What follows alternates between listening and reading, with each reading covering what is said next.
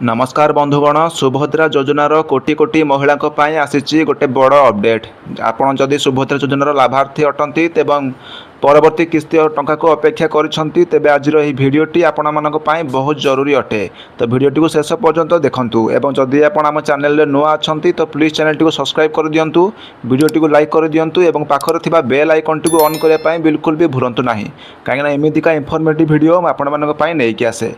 तो आज आम जाना सुभद्रा योजनार परवर्ती किस्ती केबे आसीपारे, कहार टंका अटक जाईपारे, ई केवाईसी कहीं जरूरी अटे एवं स्टाटस केमिति चेक करेंगे।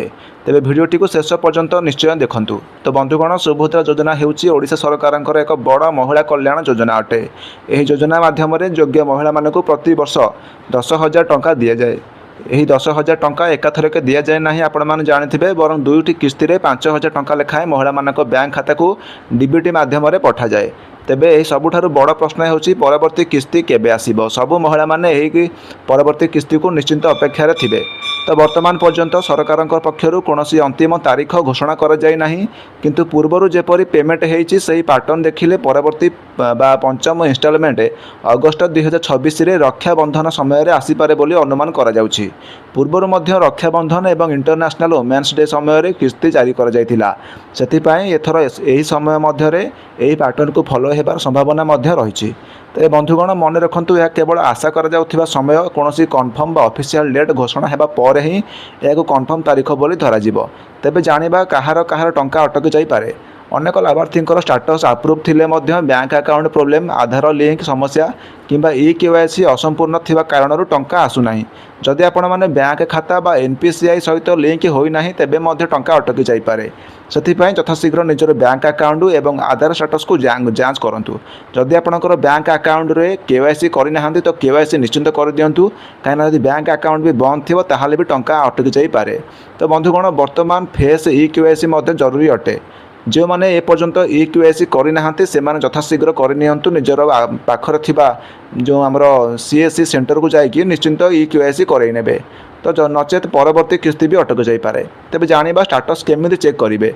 सुभद्रा योजनार ऑफिशियल पोर्टल को जातु, सेठारे लॉगिन करी बेनिफिशियरी स्टाटस ऑप्शन खोलंतु। आपणकर एप्लिकेशन अप्रूव अच्छी कि पेंडिंग अच्छी कि रिजेक्ट अच्छी कि ना सेठारे देखिपारे। जदि पेंडिंग देखा जाउची तेबे दस्तावेज वेरिफिकेशन चालू थाई पारे।